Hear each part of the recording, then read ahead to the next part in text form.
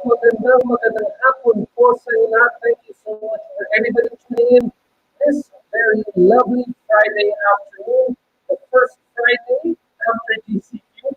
Ayan, first week after GCQ. I pray that you're all doing okay at home. Again, my name is RJ Ladesma.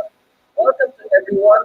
Ako po yung isang volunteer administrator ko dito sa Bounce Back Philippines, and at the same time, I am also the co-founder of Mercato Central. Kaya muna po, ang audio pa natin medyo nawawala. Dapat pa yung audio natin.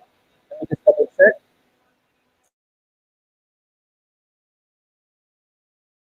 And double check. Hello, how's my audio? Is my audio coming in clear? Okay, much better. Again, guys, thanks so much. Magandang hapon po sa inyo lahat. We'd like to welcome everybody on this, the first Friday, the first week after GCQ. I pray that you are all staying safe and healthy. And if you are leaving your house, if you have to leave your house during this GCQ, please make sure to do the proper protocol pag kayo po ay umaalis at bumabalik sa inyong bahay. Ako po si RJ Ladesma. I am proudly one of the volunteer administrators over here sa Bounce Back Philippines and all of our affiliate Bounce Back pages. Kagaya na po, Bounce Back Restaurants and Bounce Back Marketplaces. We are coming out on Facebook Live on those pages as well. And we are also coming out live on Mercato Central Facebook. So again, magandang hapon po sa inyo lahat. Thank you sa lahat na nanonood po kayo mula dito sa Metro Manila and from all the different parts of the country at sa buong mundo, sa ating mga kababayan dyan sa iba't ibang parte ng mundo. Mabuhay po kayo lahat. Today po, here on Bounce Back Philippines, it's another series together with our good friends from Unilever Food Solutions, UFS.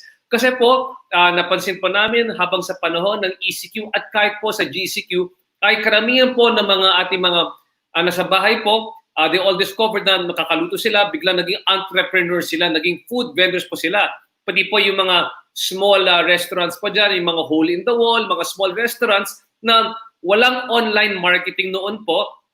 Ay ngayon dahil sa ECQ at GCQ, lahat ng tao ay nag-online na sa Facebook, they realize the importance of talagang improving their craft, paano pagandahin yung luto nila, paano pasasarapin yung luto nila, paano pagagandahin yung mga photos nila on Facebook, paano sila mag-market ng mga produkto nila online, how will they get their products delivered via third-party delivery services.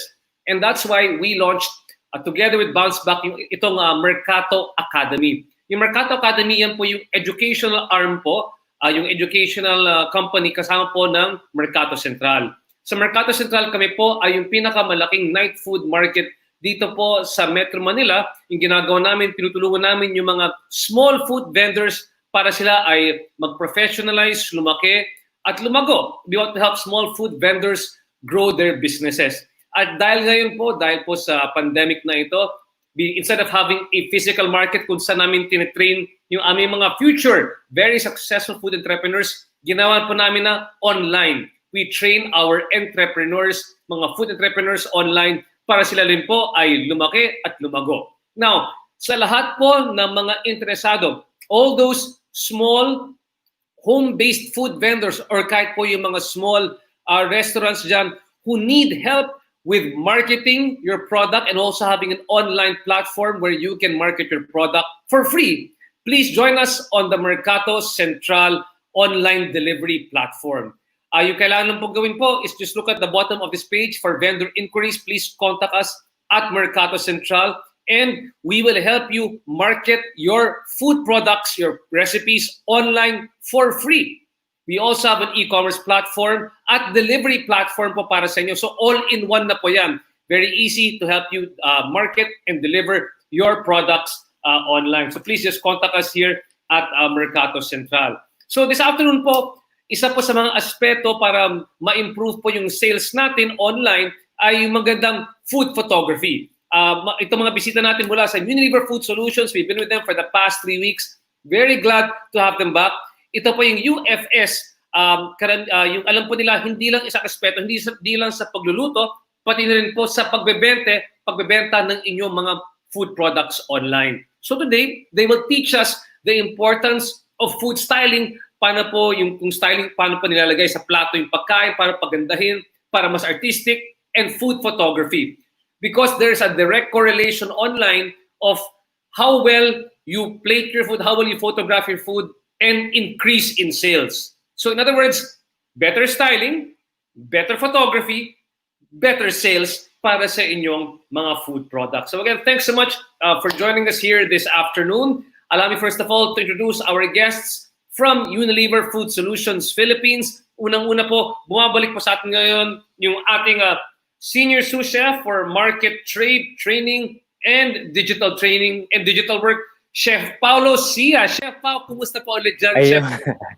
Hello, and I'm happy. I'm back again. Good to be back, and we are excited to syempre share to you again new information, new topics. Ano ba? Food photography, of course, today.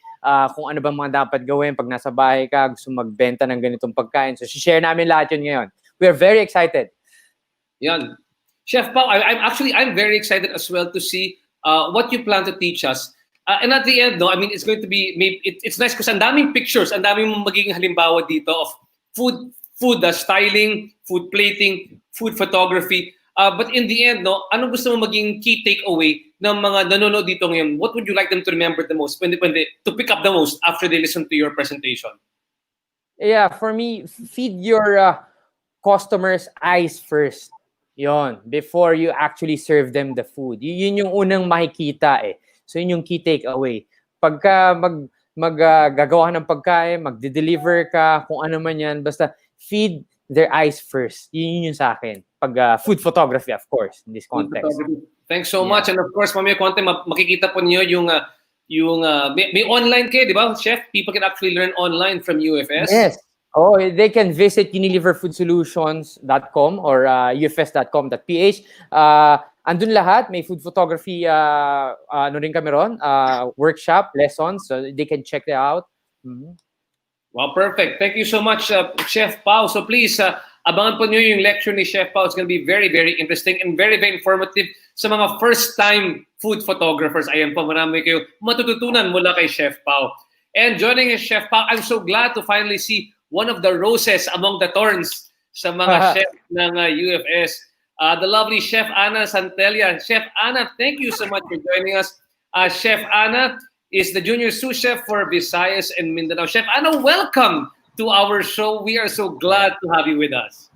Hi! So happy to be here. So joining for the first time, no? So I'm very excited also with the topic kasi sa office yan talaga yung very, very ginagawa ko tsaka very excited ako pag ginagawa ko talaga siya.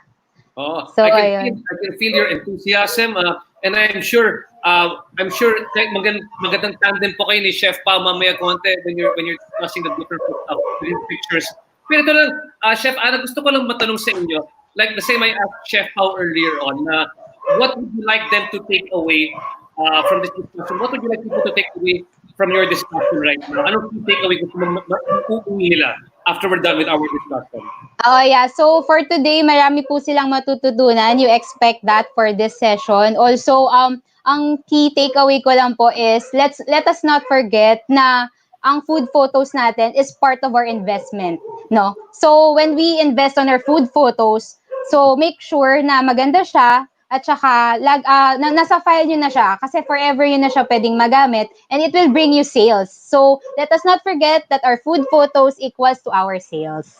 That's right. I love that food photos equals sales, but more importantly, food photos are your investment. Yeah. That's a really great one. And before everything else you can see right now, if you want to find out more, ufs.com, or you can visit UFS Academy online. You can see it right below to learn more about food photography and styling mula sa ating mga chefs sa Unilever Food Solutions. Bago lahat po, no, before we enter this one, Chef Ana, Chef Pao, sinabi ko ni Chef Ana kanina that good photos equal good sales. Now, karamihan po ng mga nakikinig dito ngayon, many of them are actually just home-based. Diba? First time nila. Baka nagsariling sikap, nanood ng YouTube, ng Pinterest, nakuha ng mga inspiration, gumagawa ng picture. So, maganda yung, it's easy to convince them. But many people, syempre, inisip nila, benta ka agad, I'll take a picture, but hindi ganun kaganda yung picture. So, they don't really put much attention there. Much more attention sa operations, di ba? Sa delivery. Pero sa photography, baka not so much. Maybe you can share with us some stories sa mga naging karanasan po ninyo sa mga ibang chefs or mga restaurants na kinusap na mentor ninyo, how important is photography to sales? May connection ba na pag maganda yung photography, yung percentage ng sales aakyat, may ganyan ba? Chef Pao, ikaw, maybe you got some thoughts on that one. Yeah, share ko isa sa mga kaibigan namin in the industry. So, ito kilala to eh. Recently nag-change sila ng menu, I think quarter 3 or 4 ng last year. So, nag-share nga siya sa akin, sabi niya, lahat daw ng pagkain nila, hati natin sa 2 column, sabi niya, lahat ng pagkain namin na merong picture sa gilid, yun ang bestseller. So, from that statement, alam mo kagad, good photography, benta kagad. So, yun yung sinasabi niya. So, anong nangyari, yung ibang walang picture, nag-relaunch sila ng bagong menu. Tapos nilagyan na rin nila ng picture kahit malilit lang. Basta ang objective nila, lahat ng mga bestseller, specialty of the house, yan yung nasa may right side. Yun yan, yung sinashare niya sa menu. Yan na, may tips na kagad. Right side. Ayan, gusto ko yan. Right side yung photo ng pictures. Yeah. Anong nasa left side? Yung items.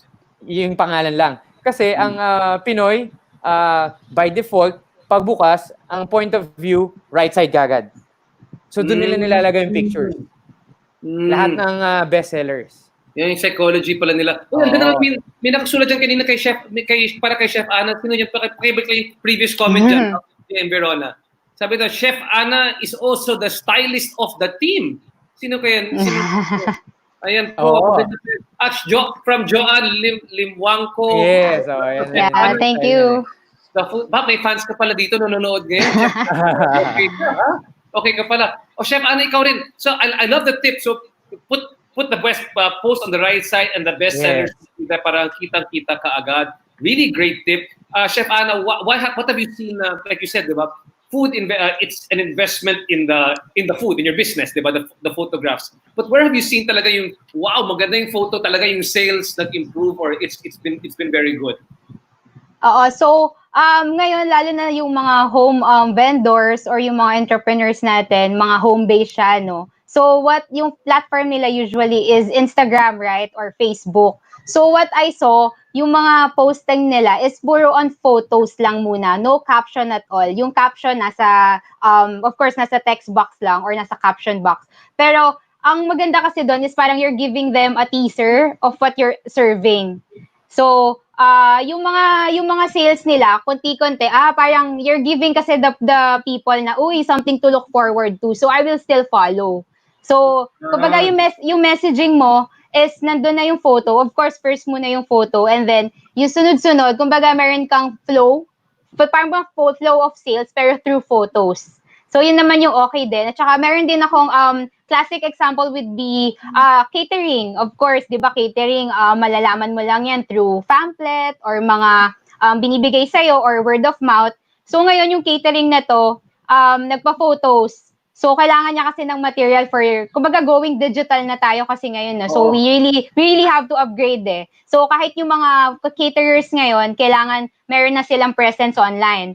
So, ang ginawa niya, nagpa-photo siya, nagpa-styling siya. So, modern na ngayon yung plating niya. So, kung what you expect sa photos, yun yung nakikita mo sa catering nila. So, kumbaga expectation versus reality. So, medyo may ganong tip na tayo ngayon. Tapos, yun yung nagpa-grow up ng sales nila.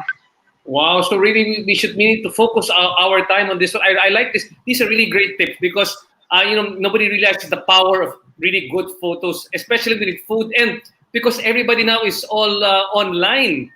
That's why it's a very interesting and challenging world. By the way, gusto ko lang batiin ulit si Chef Joanne because Chef Joanne Hendrano was the former country executive chef of UFS. Chef, thank you so much. Baka Chef Joanne, gusto mong sumama rin sa ating diskusyon. Kahit live, kukunin ka namin, Chef. No problem. We would love to listen to you as well. Hindi pa ba, Chef Pao, Chef Ana? Okay, yes. Chef Joanne, anytime. Shout out to Chef Joe. Oh, yeah, tama. Hi, Chef Joanne.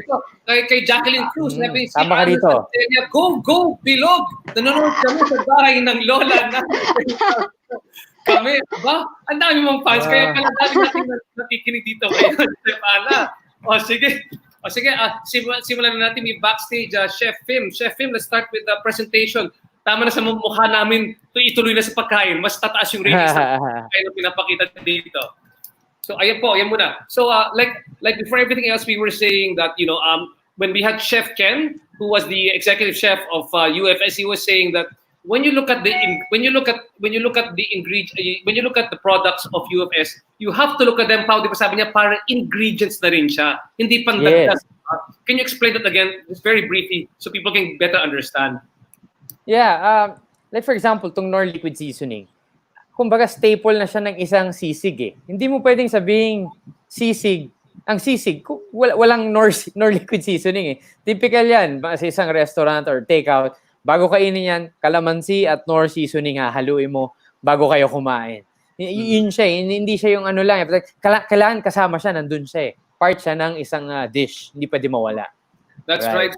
That's what it's like really when we take a look at the products. If you watch the previous episodes, you will see how they've seamlessly integrated yung mga yung mga UFS products into their products. Really made things taste much better. Again, products available via Lazada and Shopee. Just look for Unilever Foods. So with that, let's move on to the next slide, please. So last 3 weeks, sa mga nanonood dito ngayon, especially watching out for food photography, thank you so much for joining us. Just very briefly, for the past 3 weeks, we've talked about food safety, cooking methods, and leveled up dishes. Just a few tips lang before we move on for food safety. 1 to 2 tips lang, Chef Pao and Chef Ana. Chef Pao, just a summary. Right. Yeah, yung last time we discussed, kasi ang nauso ngayon is delivery.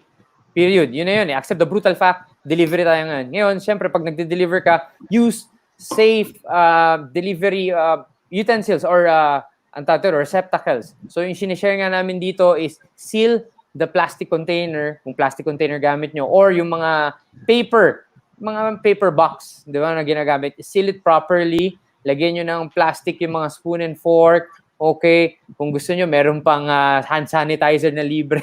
After kala, magastos na yun, di ba? Basta, seal it properly. Tapos kayo as food handler, kailangan safe food handler din. Use your hand gloves when plating the food. Kung i-deliver na, okay? Face mask, kung kailangan ng shield, mag-shield ka rin. Then, full battle gear, apron, the usual, para safe food handler ka after cooking, pagka-plating na. Alright. Chef Ana, ikaw naman, any tips on food safety lang? Just a few tips lang. Yeah, so in addition with Chef Pao, so we have also to consider the timing, Kasi deliveries tayo ngayon. So timing lang kung anong oras dadating yung delivery mo, tas anong oras siya dadating doon sa drop-off point. Kasi of course we have to remember the time temperature danger zone, Kasi it's very important to any food businesses at saka para hindi rin tayo makaabala sa ating mga customers. So, yun. Thanks so much. Then slightly for cooking methods lang, especially sa mga gumagawa sa bahay ngayon, di ba? Sa home chefs who are trying to really make a business of their dishes, There were just some very fast recommendations in order to improve cooking methods at home para mas mabilis, mas ma-efficient. Chef Pao. Yeah, for cooking methods, focus on your core. Okay, ano ba yung gusto mong itinda? Kung for example, fried chicken ang highlight mo, fried chicken ang specialty mo, and then invest sa cooking method na pang fried chicken, which is deep frying. So malamang kailangan mo ng deep fryer or fryer, or kung wala kang fryer, yung wok na malalim, tapos mantika. Diba? Ngayon, kung ang next mong cooking method is stir frying or sauteing, edi invest dun sa mga pang stir fry na equipment. For example, yung wok, tsaka yung wooden spoon kung gagawa ka ng fried rice. So, okay, para hindi sabog-sabog yung kusina mo. Streamlined, organized. Focus on the core. Thanks so much. Chef Anne, ikaw naman. What's your tips for cooking methods at home? So, additional din also to Chef Pao, yes, invest in your tools kasi it's very important, lalo na sa bahay tayo ngayon, maliit yung space natin. So, planning really is the key para to success tayo dito kasi of course, alam naman natin na wala pa tayong brick and mortar na place. So, kailangan din talaga natin i-consider yon. So. Thanks so much. And finally, our exciting episode last week, Chef Ana was leveled up dishes, yung mga original dishes with a twist para mapapansin siya online, di ba? Hindi pwedeng regular dish, you have to have something extra oomph, di ba, sa mga dishes ninyo. Anong tip mo lang, Chef Pa, ulit last week? In general, what's your tip to make sure na you're able to level up a traditional dish to make it more interesting? Yeah, for me, do not be afraid to try new things. No, for example, ito basic example, sikat na sikat, ube pandesal. Dati sino ba nakaisip na yung putya yung pandesal gagawin kong with ube or ube, di ba? So do not be afraid. So pwede pala. So isa pang tinry ko, ube pandesal with salted egg. Pwede rin pala, no? Masarap din. Kasi yung alat niya nung salted egg plus yung tamis nung halaya do sa ube goes well together. So okay siya. So don't be afraid, try new things, 'di ba? Experiment and kapag masarap, di benta mo na. No, yeah. Importante, ibenta mo na. Yan yung Yeah. entrepreneur. Oh, ito, Chef, go Chef Ana from Micah Santelia. Ang dami mong fans yata ngayon, Micah. Thank you, family and friends. Ayan, thank you so much. Okay, kanina sabi ni Rain, bumili ako ng Nor seasoning sa Shopee kanina, naka 20% off. Thank you so much, Nor. Great job, Nor. Thank Ikaw you, naman, thank Chef. you.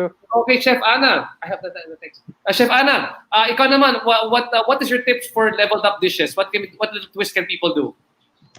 So for everyone naman, of course, marami tayong mga versions, no? So make sure na yung version nyo is really one of a kind. Kasi yun naman yung pupuntahan ng mga tao eh. Or I mean, if hindi man lang one of a kind, at least man lang may sarili kayong flair or signature. Kasi yun yung hahanapin nila. As I've watched last time, marami tayong klase ng liempo, pero yung signature sauce, yun naman yung binabalikan sa'yo, no? Right, that's So right. it's really the balance of a traditional versus your modern take. So so yun yung okay natin for the dishes. Tama yung lagi lumalabas dito, Chef Pao, Chef Ana, just for people to remember, it can be a traditional just dish, but then ano ba yung secret sauce, secret ingredient or konting kaiba, di ba? Sabi ka kanina, pag inihaw, it's either the condiment, it's either yung sausawan, di ba? Or yung siding that you have to remember every time you prepare a dish. And I think that's what's key. That especially right now, malakas yung laban, malakas yung kakompetensya mo online. If you stand out, you have to have something different, a little bit something different to make sure that you stand out and it becomes your signature. Okay, having said that, let's move on. Finally, let's discuss right now food plating and food photography. Chef Pao, sige, take it away, you and Chef Ana. Please discuss muna itong social media photography. Paano ba yan? Alright, yan. So ito, nasa website natin to. You can check it out, ufs.com or kahit i-google nyo lang, Unilever Food Solutions, lalabas yan. Andito, meron kaming parang guide sa social media photography. Okay, so siguro briefly lang para may ma-share din ni Ana later on. So sa social media photography, ito yung first thing na magbebenta sa'yo sa pagkain mo, no, sa negosyo. So tulad ngayon, ginagamit ng adjective yung favorite natin lahat, Instagrammable. Yan. So lahat ng pagkain mo, Instagrammable. Anong definition nun? Siguro two things. Kailan maganda? Wow or sexy food, di ba? So bago mo pa matikman, nakita mo na kagad na masarap siya kainin. So yun siya, yun ang social media photography for me. So anong ma-reco ko na tips diyan? You start with the very good lighting. Kung kunwari may pagkain ka na, ilawan mo na maganda. Ang tendency kasi sa atin minsan, sobrang excited tayo. Picturean yung pagkain natin. Minsan madilim. Always remember, you're using your phone. Okay, pag ang phone kasi maliit ang processor niyan So, ang tendency, pag madilim, grainy yung picture. May naka-experience niyan, di ba? Grainy. So, ang kailangan mo sa phone, ilaw, maraming ilaw. So, usually, punta ka sa may window side, daming ilaw niyan. Doon pwede ka na mag-picture. Di ba? And, syempre, hanapin mo yung best angle or yung focal point. Ang pagkain kasi, parang parang tao. May mukha din. Kung magpipicture ka lang rin ng tao, for example, tayo, anong best part ng tao na maganda picturean? Malamang yung kasama yung mukha. So, ganun din yung pagkain. May mukha din yan. Look for that focal point, which is yung mukha niya. Saka mo picturean. Right? Yeah. So again, what's the key difference right now, Chef Ana, between photographing, let's say, for pamphlets or brochures and photographing for social media, sa IG, pati sa mga Facebook? May diferensya ba yan? Yeah, meron. Kasi for mga prints or ads, very intricate talaga yung kailangan nila. Kumbaga, talagang mabusisi. Alam niyo yung mga tweezers, yung mga pang-chane natin, yan ang mga ginagamit na usually. Kasi kailangan ayos na ayos at saka hindi siya malulusaw agad sa camera. Kasi for sure, Chef Pa will discuss it later na iba pa rin iba yung gamit ng phone camera versus the DSLR or yung mga professional cameras. So for social medias naman, pwede tayong mag-start muna with your phone camera. Kasi yung phone cameras naman ngayon, of course, ang dami na ng mga megapixels, up to 40 na ata, lumalaban na rin siya sa mga DSLR. So, yung difference lang niya would be, the prints ads will be very intricate, very talaga specific yung kailangan nakalagay. For the social media, kung ano yung product mo, simple and direct to the point yung papakita mo. I got it. Next slide, please. Film. Let's show the next slide. So ito Right. halimbawa lang. Ito. What can you say about Yan. this one, Chef Pao? I know this. Ikaw ba yung kumuha nito, Chef Pao, or hindi ikaw? Hindi kami, pero kami yung nag-style ng team. Sa Chef Ana, very familiar. So, Okay. dito kasi, naging challenge, siguro tingnan na rin natin yung angle, no? May mga angle kasi ang pagkain eh. So, uso ngayon is yung top shot or flat lay na tinatawag. Yan, ang dami nakaka-relate dyan. Yes, Oo. Ana, alam niyo yan. Instagram, lahat puro flat lay. Yung mga Bro. millennials, mga tagagaya ko, mga Gen X, medyo tinuruan pa mag-flat lay. Oo. Pero always remember, ang flat lay, ang picture nagkukwento ng storya eh. Sometimes, ang flat lay, hindi niya nabubuo yung storya. Why? Kasi yung storya nasa gilid. So, ibahin mo yung angle. The angle is 45 degrees. Para ka nakaupo lang, tinitingnan mo yung pagkain. Kasi yun yung storya, andyan yung pagkain. Always remember, when taking photos, you're actually sharing the story. Parang tumitingin ng billboard sa EDSA. Diba? In 2 seconds, may storya kagad. So, ito yung point. Yan yun. Oo. So, pag nakita mo siya, pita wrap or pita pockets na may nakapalaman. So, kaya ang shot niyan, 45 degrees. Tapos, yun nga lang, medyo ang setup nito, studio setup eh. Medyo intricate. Ito yung sinasabi ni Chef Ana. So, dito, yung ibang ingredients medyo hilaw. Okay, hindi lahat na naluto. Medyo hilaw. Kasi pagka naluto mo lahat yan, babaksak yan eh. Yung mga gulay, baksa mga kulay niyan eh. Oo. Kaya medyo hilaw. So, Chef Ana, ito yung halimbawa, kunyari, itong pang-pamphlet to, di ba? Ito yung medyo very Yes, formal. Pero for the purposes of mga home cooks or home-based, hindi naman to yung in-expect natin, di ba? Not this high quality, not super high quality because this takes time. Tama ba ako? Yes, so it will take time talaga. Siguro yung shoot na yan, mga 1 hour yan, bago na process. Oo. So, Oo. kailangan nyo pa kasi i-take out. So, for example, no, itong photo natin dito, we have your pita wrap na as Chef Pao mentioned, no. So, yung stylist dyan, inisa-isa pa yung ingredients, no. So, kung paano tayo gagawa ng pita wrap, for sure, papasok lang natin siya dito with all the components. Ito talagang inayos pa, tinake out yung mga iba-ibang ingredients para makita siya sa camera. Kasi, let us also remember na kailangan visible yung mga ingredients. Kasi para may perception na agad yung ating client or yung diner natin na, ito pala yung mga laman ng mga pagkain na kakainin ko. Okay. So parang it has to tell the whole story in one look. Diba? Yes. That you can see how filling it is and you can see the ingredients. I got it. Next slide, please, Film. Yan. I-share na rin natin yung iba. Ito na yung mga top shot. So, napansin nyo, no? Yung difference ng top shot or yung flat lay versus yung 45 degrees. Top shot is aerial. Parang ganyan lang, no? Flat So, shot. ano dito yung top shot? Ito yung sizzling tortang sisig, that's a top shot, di ba? Yeah. Dito. Top shot. Yeah. And yung ano to nasa ilalim? Sibas. Sa Timboka. Oo. Yeah. Ang objective mo kasi is to tell the story na ito yung kabuuan ng plato. Na ito may ingredients na may itlog, may ganyan, may gito. Nung na-invento kasi itong flat lay, mas magandang gamitin sa mga pagkain na naka-landscape yung style ng plating. Kumbaga nakalatag siya. Kasi kitang-kita mo lahat. No, Chef Ana. Ito, mga ginawa natin to noon. Naalala mo to, Chef Ana? Sa website to eh. Ayan, no? Chef Ana, when's the difference between when you should take let's say a top shot and when you should take a 45-degree angle shot? Kagaya ng mga like the kani crib dip and the soy garlic beef tenderloin, those shots have a parang you take it to the side Like kasi angle. when do you know what's the best option for you to take sometimes between a top shot and an angled shot?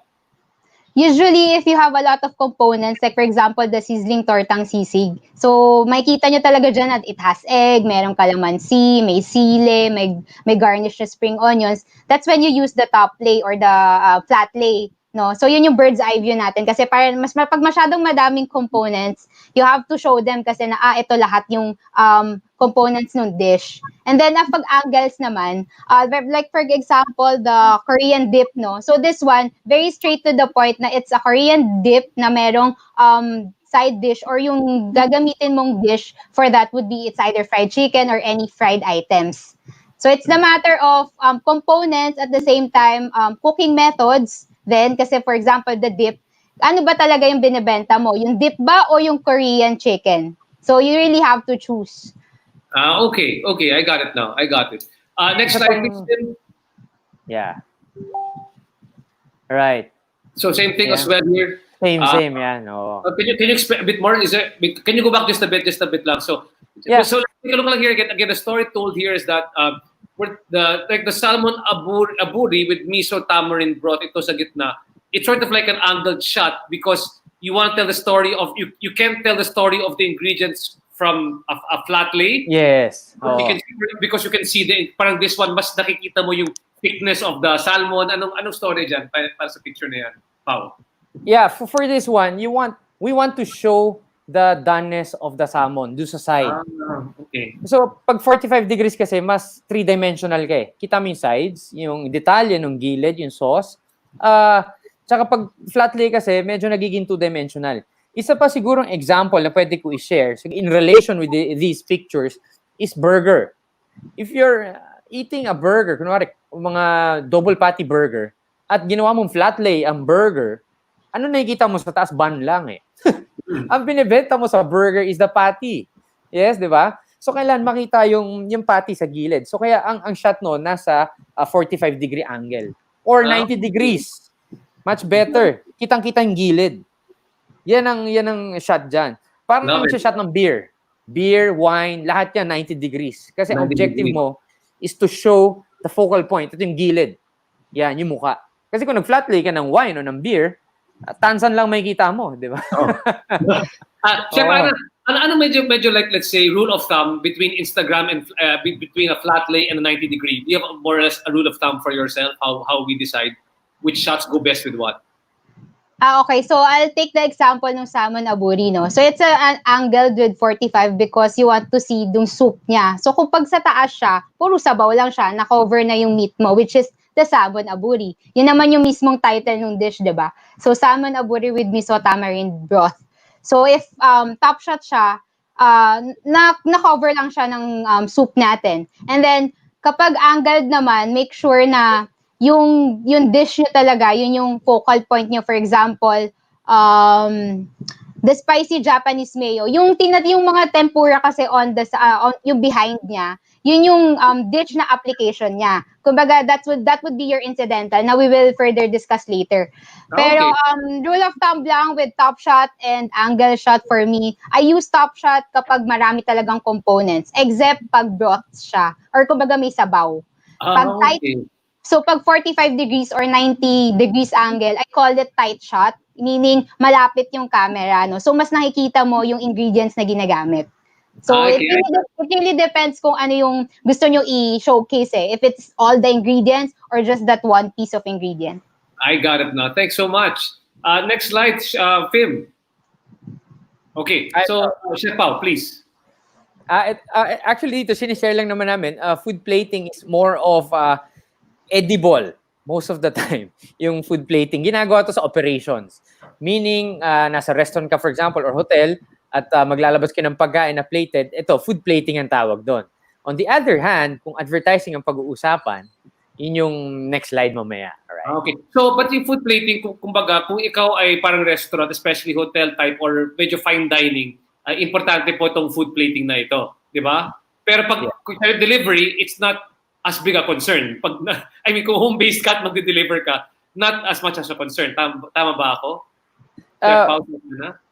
For delivery, you can also create or make food plating, kumbaga delivery style food plating. Meaning, huwag mo i-overcook yung mga ingredients. Basic example, yan yung mga gulay mo, ilagay mo sa ibabaw, yung mga makukulay.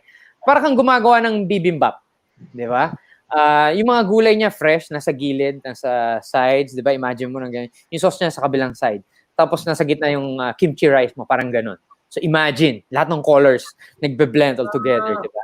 Okay, so even if you do, so even plating can be something that you can do when you deliver the item. Parang kita ko online na si Chef Shele Gonzalez ng Gallery by Chef.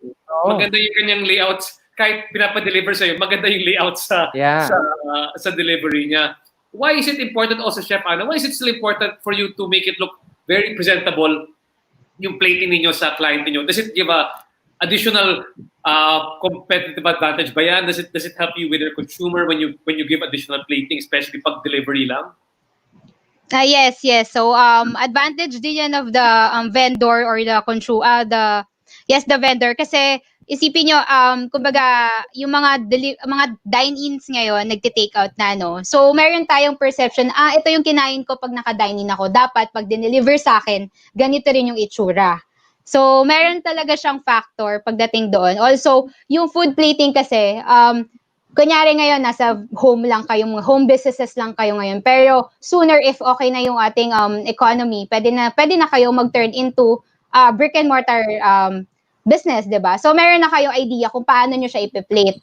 So ganun yung relation natin doon. Got it. Very interesting. Next slide, please, Pim. Okay, so food plating is different. It's how you present the plate when you serve it to people. Food styling is what you do naman pag kumukuha ng picture. Yan yung tawag dyan, di ba? Tama ba? Yeah. Food styling is not technically na edible yung pagkain. Food styling is marami kang ginawa doon sa pagkain para mukhang maganda sa camera.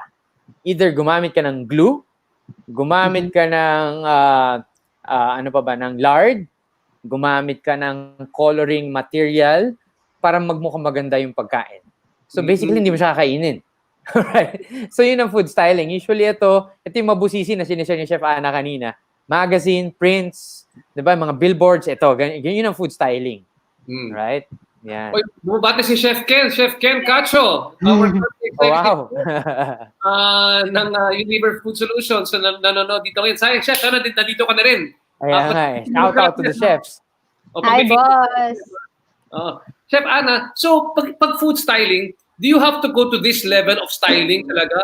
Even if it's just for, if you're a home-based chef, do you go to this level of styling for the food?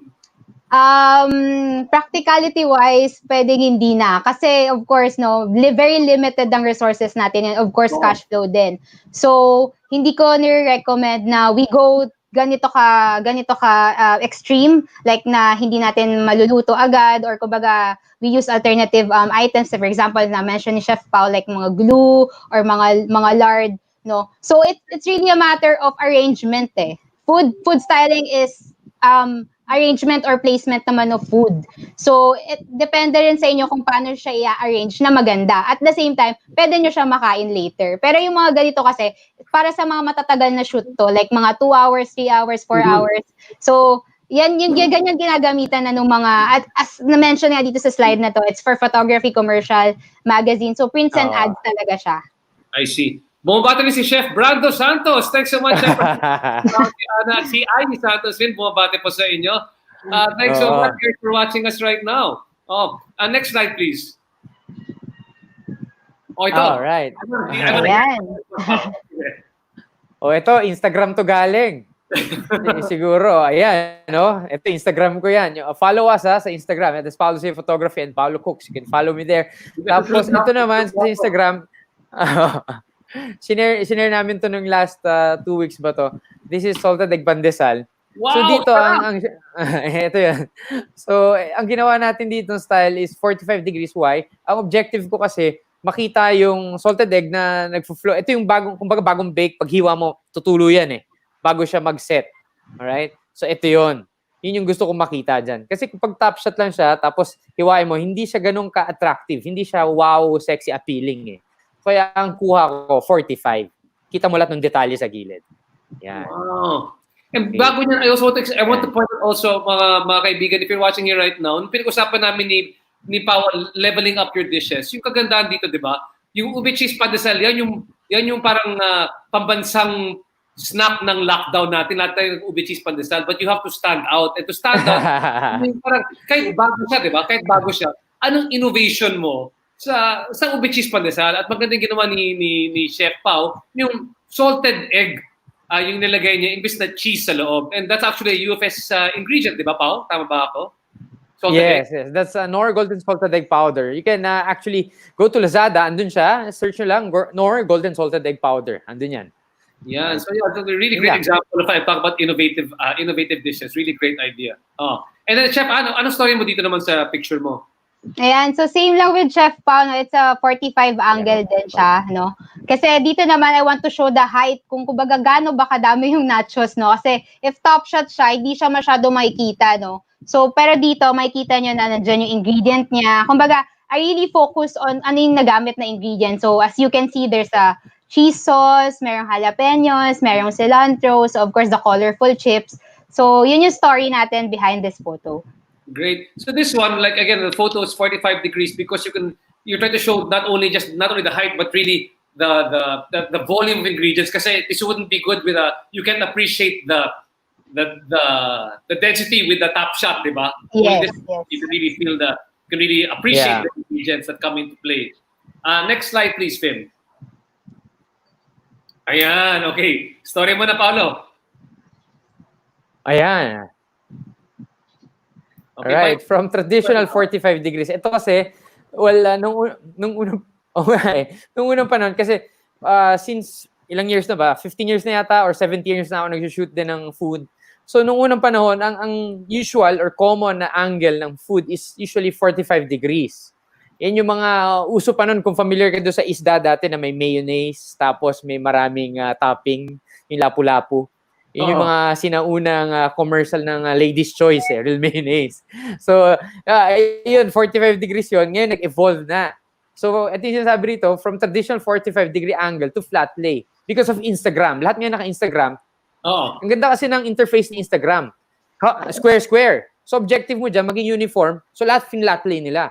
So, ganun ginagawa ng mga visual artists ngayon. Di ba? Naka-flat lay na lahat. Yan. So, flat lay isn't necessarily actually, bad. Flat lay. It's not bad. I mean, flat lay, hindi naman siya masama. No. It depends on your objective, parang ganyan, di ba? Lahat ng details, ang flat lay kasi, pinapakita mo lahat ng ingredients mo dun sa dish. Which is dati kasi limited pag 45 degrees. Yung nasa likod, hindi na makikita. Ngayon sa flat lay, kahit nasa likod yung ingredients, left, right, wherever, kitang-kita siya pag flat lay. But Paul, like your last shot noon, pinaka-side, it's not really flat, no? But it's sort of like a flat lay. What do you call that type of shot na ginawa mo dyan? At anong objective mo sa last shot mo dyan? Sa yung third shot mo sa for this one kasi, ang gusto natin ma-achieve, yung perspective na rice bowl pa rin. Kasi pag flat lay to, para lang may rings na merong kanin eh. So this one, yung sa dulo, gusto mo makita yung perspective na naka-bowl siya. Kaya kahit pa paano hindi siya ganun ka-flat lay na talaga nakatutok sa ibabaw. Medyo nakatilt ng konti. Yeah. Okay. Chef Ana, you have anything to also suggest to these pictures over here or to add about Chef? Yeah. So, usually also pag flat lay, dyan na lumalabas yung creativity natin eh. So, for example, there's some parang meatballs ni Chef Pao dito na photo. As you can see, parang meron na siyang tablecloth, di ba? So, additional element siya. Aside from the aside from the dish being the focus, meron kang onting elements na parang, ang ganda ng contrast of colors. So, yun din yung pinoportray ng flat lay. So, we also have colors na to check. Kasi pag colors, meaning vibrant siya, maganda siya sa mata. So, very pleasing to the eye. So, ang next step nun would be, nagugutom ka na, di ba? So, for example, itong rice toppings ni Chef Pao, very vibrant yung colors, kita mo ingredients na ginamit. Next step would be, gusto ko na rin ng rice bowl ngayon. Okay. Great insight. Oy, by the way, Chef Rob Pencil's watching right now. Hello, Chef Rob. Sabi niya, shout out to Chef Rob. Sabi ni Chef Rob, magaling mag-football din yan si Chef Rob. Sarap ng meatballs daw niyan. Oy, ito pa isa. Jacqueline Cruz. Bilog, Ana Santel. Mulis lola nanay mo, pinapulot ka niya talaga. Hindi makatulog. So, dapat talaga level up yung game mo dito ngayon. Nakapag-comment ka, ha? Okay. Tumataas yung ratings natin ngayon kasi ang dami nanonood mga kamag-anak at mga kaibigan. Watching, guys, if you got feedback, please share with us. We'd love to share with it as we watch this one. Next slide, please. Ayan, very interesting. Yeah, pakikwento lang to. Pakikwento lang yan. Yeah, well, quickly, ito yung timeline or evolution ng plating. So before, nung nag-start yung restaurant industry, nung nagsimula na kumalat yan. Kasi usong-uso noong 1970s, diba yung mga parang pansiteria, Chinese restaurant. So lumabas yung mga ganitong style ng plating. Meron ka mga tomato roast. Naabutan mo yan. Ano? Nakikita ka sa isang malaking platter, may roast dyan. Or cucumber. Na, di ba, pag naubos mo, hindi mo naman kakainin. Minsan may parsley, isang tumpok, di ba? Naambutan natin yan. Yun nung unang panahon. So, nag-evolve, di ba? Naging 80s. Yung 80s naman, medyo punong-puno. Medyo magulo, di ba? So, okay lang yan. Kasi yun ang uso. Gusto nila kasi, nung unang panahon kasi, walang problema. Kailangan marami. Mukhang marami yung plato mo. Tapos nag-evolve. Nung 90s, naging deconstructed. Ayan. Ito yung yung constructed, chef. Yeah, yung mga ingredients na dati magkakasama, pinaghiwa-hiwalay, nag-deconstruct. Okay. Sorry, 2000 yung timeline na yung 2000. Okay, ito yun, nasa extreme upper right. Okay. Yung 90s, umuso yan yung yung timbal or tower. Usong-uso yan, di ba? May plato ka, nasa gitna lahat, nakapatong rice mo sa ilalim, may gulay, andun yung karne. Yan yung mga uso nung 90s eh. Timbal or tower. Oo. Height. Naka-height siya. Kaya ang photography noon, ang tira noon 45 degrees kasi kailangan makita yung height. I see. Diba? Tapos nung nag-evolve, nagkaroon ng PCC, lahat ng mga chef competition, naging landscape ang style ng plating, deconstructed. The more components sa labas, the better. So yun yung deconstructed, umuso na. Yung mga sauce mo, nakahiwalay yung gulay, nakahiwalay yung truffle, nakahiwalay yung ganyan. So, yun, deconstructed. Yan yung evolution ng plating. That's the timeline. Chef, basta yung 2000s, ano nangyari sa mga 2000s na? So, it's still evolving, parang ganyan. Kaya naka-araw siyang ganyan? Yeah. Ito. Tapos yung sauce on the side, di ba? Yun yung mga umuso nun eh. But anong uso ngayon sa 2000s plus? Yan yung kanina, yung 45 degrees pati yung flat lay. Tama ba ako? Yeah, yung uso ngayon, yung present, is itong 2000s. From deconstructed to hindi na fusion eh. Parang may tinatawag sila, Chef Ana, nakalimutan ko yung sasabihin ko. Dati kasi fusion. Tapos naging confusion. Chef Ana, bumabating. Modern. Chef, bumabating. Go, Bilog! Thank you so much. Ito Oh my God. screen na ito. Nako, people love the topic here right now. Chef Ana, so ikaw kailan ka pinanganak sa picture na to sa left side or sa ano ka nandito? Kasi ako, nabutan ko tong unang-unang dish na to. Yung may tomato roast. Nabutan ko yan, Chef Ana.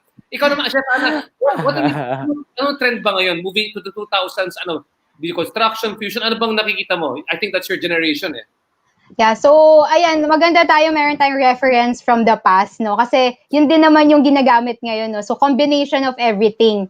So kasi dati, kaya meron tayong mga ganyan na tomato roast or mga carvings ng tomatoes or parang carrots nga ata yung isa eh. So yun, kasi it shows kasi the skill of a chef. Kaya meron tayong mga ganyan. So kung makikita nyo, kumbaga, ang tagal-tagal mo fruit carving yan eh. So yun yung mga type of chefs na talaga yung skill talaga nila, may mga fruit carvers. So yun yung mga tinatawag natin ngayon. So yung mga deconstructive naman, parang itong nasa upper right, na 90s, no? 90s, yeah. So, ito naman, shows naman the gourmet naman, no? So, yung mga, usually gumagamit yung mga fine dining na restaurants, no? So, per component talaga ang assemble. So, kumbaga parang pag nag-fine dining kayo, makikita nyo na, parang painting yung plate ko, di ba? Very, nandyan yung colors, kumbaga may iba-ibang texture. Also, nakikita nyo pa rin yung main meat nyo. So, yeah, yan yun man yung iba-iba nating inspiration sa ngayon na trend, which is yung combination of everything. So, a little bit of everything naman siya. Got it. Next slide, please. Okay, guidelines in plating. Let's move on. Sige, let's take a look. Okay, let's start with the plate. Chef Pao, Yeah, nowadays, ito yung nakakatuwa, no? Nowadays, sa plato, dati kasi 5 years ago, all white. Ayan, classic all white, no problem, maganda. Ngayon, ang dami nang lumabas na earthenware. Hindi siya white, off-white. dirty white, okay, cream ang color, ganyan. Yung iba dinadaan sa plato. Magke-create sila ng mga deconstructed style ng plating. Tapos ipapatong nila doon sa ganitong klase ng plato. And then, that's it. Ang ganda nung pagkain. Tapos flat lay. Tapos ang ilaw nila rito, usually one-side plating lang, one-side lighting. Meaning either right side, upper, or left side. Dati kasi, ang daming ilaw. Pagka nag-studio shoot kayo, ang dami. Ngayon, ang uso ngayon, iisa na lang ang ilaw.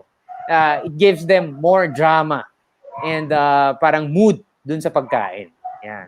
Question ko lang, Chef Paul, Chef Ana. Kung ako na sa home chef ako, paano ko ma-achieve yung effective, especially kung kunyari lang, ito na yung cellphone. Because obviously, they're not professional photographers, right? And all of us have this one to take photos of the food na ginagawa namin sa bahay. How do you achieve that good lighting just using your cellphone, especially dramatic lighting? Anong gagawin ninyo? Sige.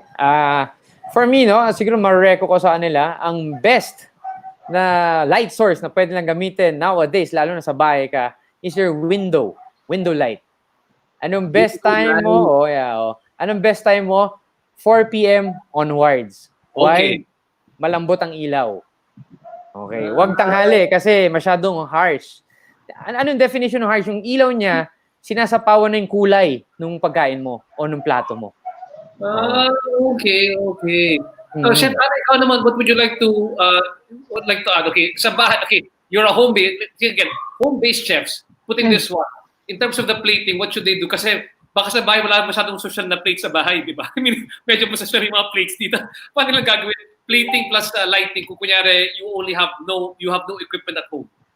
Yeah, so when it comes naman sa plate, for sure, meron tayong mga tinatago dyan, mga special plate, di ba? Usually, pag may bisita tayo, pag may bisita ko lang to gagamitin. So, this is the best time na gamitin yon. Kasi, of course, kailangan nyo ng magandang plato. Actually, if you have a nice plate, tapos na agad eh. Alam mo yon, meron na agad kayong ballpark kayo dyan na, ang ganda ng plato ko. Kulang na lang would be the natural lighting, no? Additional to Chef Paus naman na when it comes to window, natural lighting talaga kasi is the best source naman of your lighting for any photos, no? Mas natural, mas hindi inedit, at saka, onti lang yung edit na gagamitin nyo din.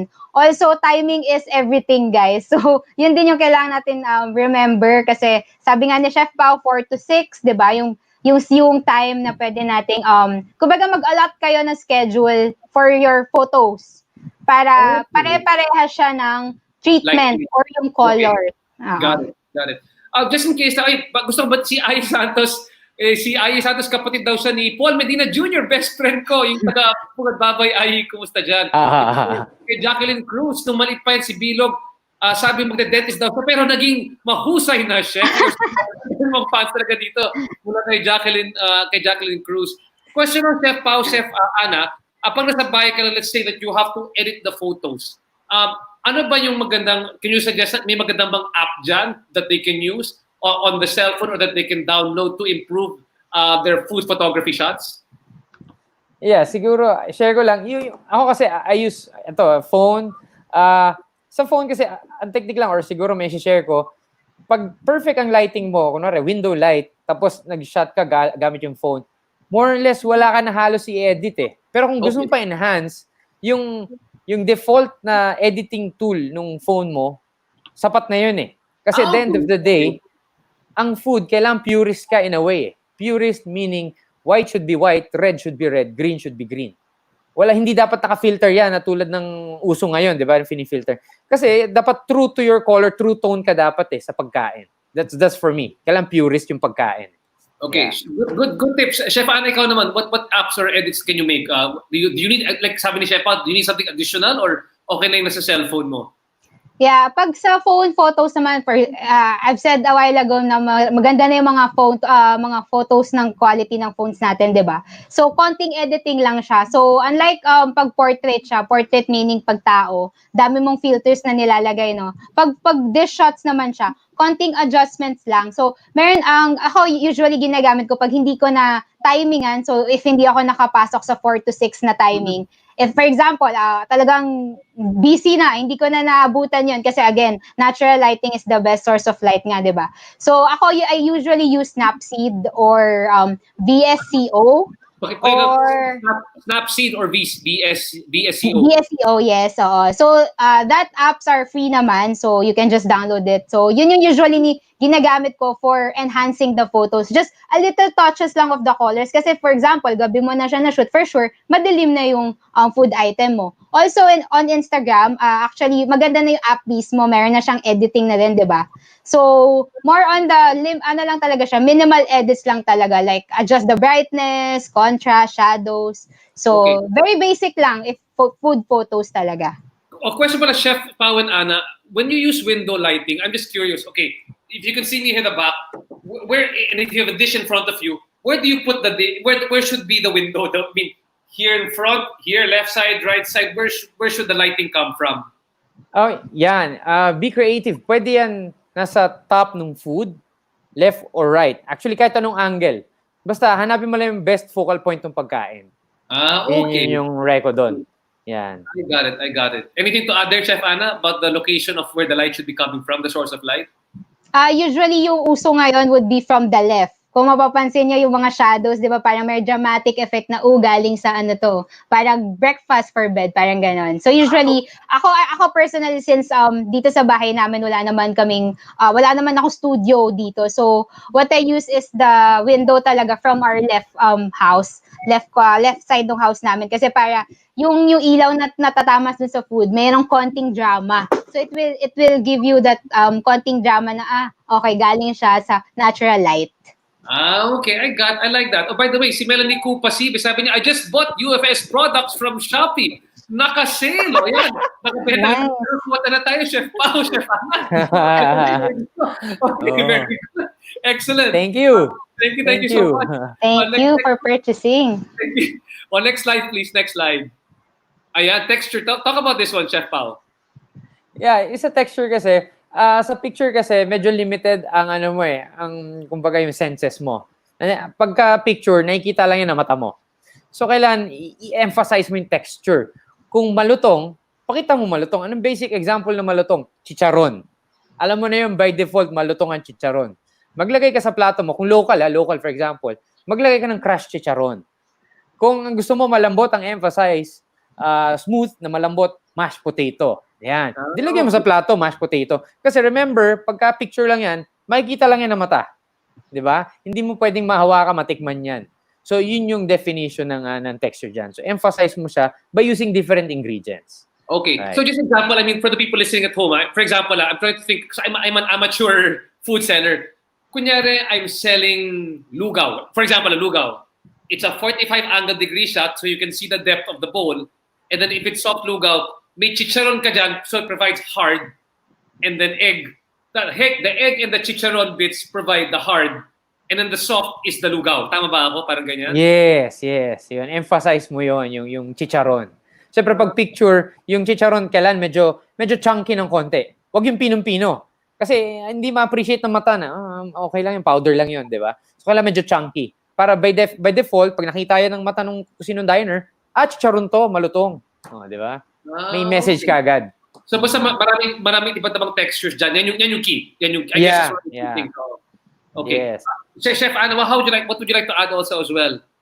Yeah, so just to add lang, for example, your main product or your core product is lechon. For example, like bagnet, di ba? For sure, maraming nagbebenta ng bagnet ngayon, no? Yes, So of course, pag picture lang, kailangan, alam niyo yun, medyo may juice siya, meron siyang, kumbaga may oil siya, na alam mo bagong prito, di ba?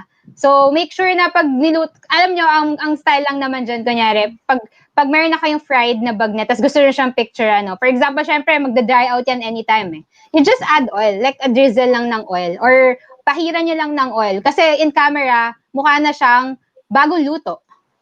So, yun lang yung tips na pwede ko i-share with comes kapag fried items naman siya. Also with textures kasi what I've said a while ago, it will give your diners parang imagination na okay, etong lugaw na to merong chicharon, meron siyang egg. So kumbaga parang in your mind nag-iisip na kayo na anong makakain nyo. 'Di ba? So parang ano yung magiging textures in your mouth. I see. Oy, maraming salamat, Jacqueline Cruz. Congratulations po, Mr. RJ. Natatanong nyo, ang gusto namin itanong at malaman. Ako gusto kasi malaman ni Jackie kung paano gawin yung mga good shots. Kaya ito pa yung mga tanong ko. Please, kung may mga tanong po kayo or may mga feedback sa ating mga chef or you've got more questions para sa ating mga chef, please feel free to ask. Yung topic po natin ngayon is all about food, good food styling, good food photography para gumanda yung ang mga benta ng pamapagkain natin. Especially po kung kayo po ay mga home-based chefs at gusto nyo ma-improve yung sales ng mga home-based food products ninyo. Sabi nga ni Chef Ana kanina, that good food photography is an investment. So please watch us right now to make your investment in good food photography. At inuulit ko lang po, kung kayo po ay gusto maging food vendor, if you are a small food vendor at gusto nyo namin tulungan ng Mercato, yung Mercato po ngayon ay may Mercato online delivery and also mga Mercato community markets. So if you want to be part of the Mercato online, mamaya konti po lalabas sa ilalim how to be part of Mercato online delivery. So next slide please, next slide. Ayan, focal points. Okay, paki-explain to, Chef Pao. Yeah, actually, ito yung sinashare natin kanina. Focal point is yung mukha lang. No? For example, sa tao, saan maganda picture ng tao? Siyempre, yung mukha niya kasama. Pero, remember, uso ngayon, di ba? Pag nag-selfie, may angulo. Lahat di ba? Lahat may angulo So, yun yung focal point. Ano yung best angle ng portrait mo na gusto mo i-post sa Instagram or sa Facebook o sa social media? Same principle applies sa pagkain. Basic example is ito, yung PCC. Lahat ng sinat dito ay yung mga focal points. Ibig sabihin, yun yung pinakamagandang angulo para makita lahat ng detalye ng pagkain. Kaya sila yung front page, yung rulebook natin sa PCC. That's the Culinary Cup rulebook dati. Kay Chef Brandon, Chef Ken Cacho yata ito Hindi ako nagkakamali. Chef Brandon. Chef Ogie. Chef Brandon. Chef Ogie, maraming salamat, Chef Brandon, with a great shot. No? But this shot is, parang I'm looking at it right now. I'm trying to compare sa ulo ko. Ito, sabi ni Ai Santos, crush ko yung gumawa ng gold winning dish sa 2015 Gold Book. Ayan po. Pero tanong ko lang dito kasi I'm looking at the pictures. They look really good. But then, I'm thinking again bilang home-based chef, parang medyo mahirap mag-styling na ganyang klaseng styling. Anong matitip mo dyan, Chef Ana, para gusto nila parang, it's very meticulous. I mean, if you don't have the training, you might not be able to achieve those shots. What do you recommend? Anong pwedeng gawin para kahit konti, ina-approach siya medyo professional but not this good, di ba? Oo. So ako, first step ko would be sketch muna. It's like parang painting again, no? So parang meron kang your plate is your canvas. So, sketch ka muna kahit sa paper lang. So, usually si Chef Pao, mahilig mag-drawing muna ng ng plate niya bago niya i-actual na. Okay. So pwede ka muna mag-drawing. So, if hindi mo talaga siya ma-visualize, kumbaga hindi mo ma-put into paper, look for an inspiration, no? So, ako, personally, pegs. I also look for pegs or inspirations online. So, I also use Pinterest. So, if I want to, kumbaga parang inspiration lang, not to copy, no? Just to put inspiration to your plate. Going lang, di ba? Para yes. utak mo. Oo.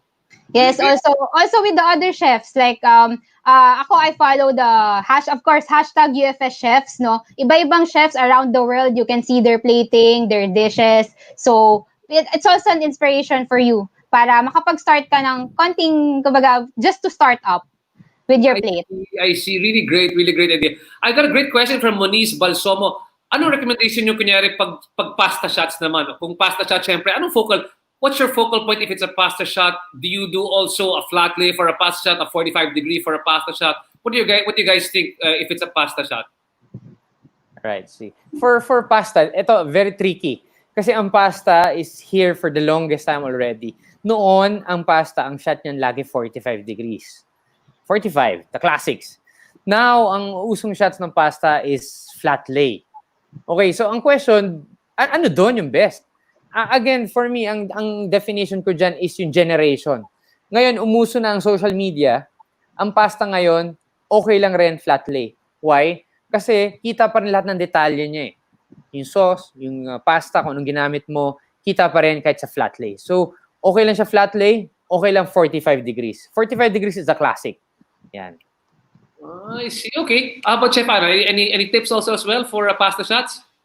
Yeah, same din ako with Chef Pao. So, also maganda siya pag 45 kasi para focus talaga na makikita mo yung pasta shot. Pag top shot naman, you can add na kasi the ingredients. So, ibig sabihin pag top shot kasi mas malaki yung surface mo, mas pwede kang may magdagdag na ingredients. So, for example, you can add yung pepper. Yun yung tinatawag nating incidentals. No? So, kung parang you let them know what you're using dun sa dish na yun.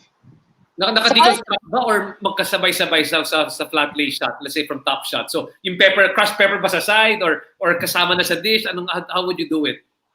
Yes, pwedeng kasama sa dish, pero like for example, you have a pepper meal. So lalagay mo lang siya dun sa gilid just to tell them na I use pepper. Kasi paminsan sa photos natin, hindi naman natin talaga nakikita yung pepper unless i-zoom natin siya, 'di ba? Or 45 angle. So kung parang letting them know na I use pepper here. Sabi niya, okay, may pepper pala dun. So yun yung gusto nating ma-achieve.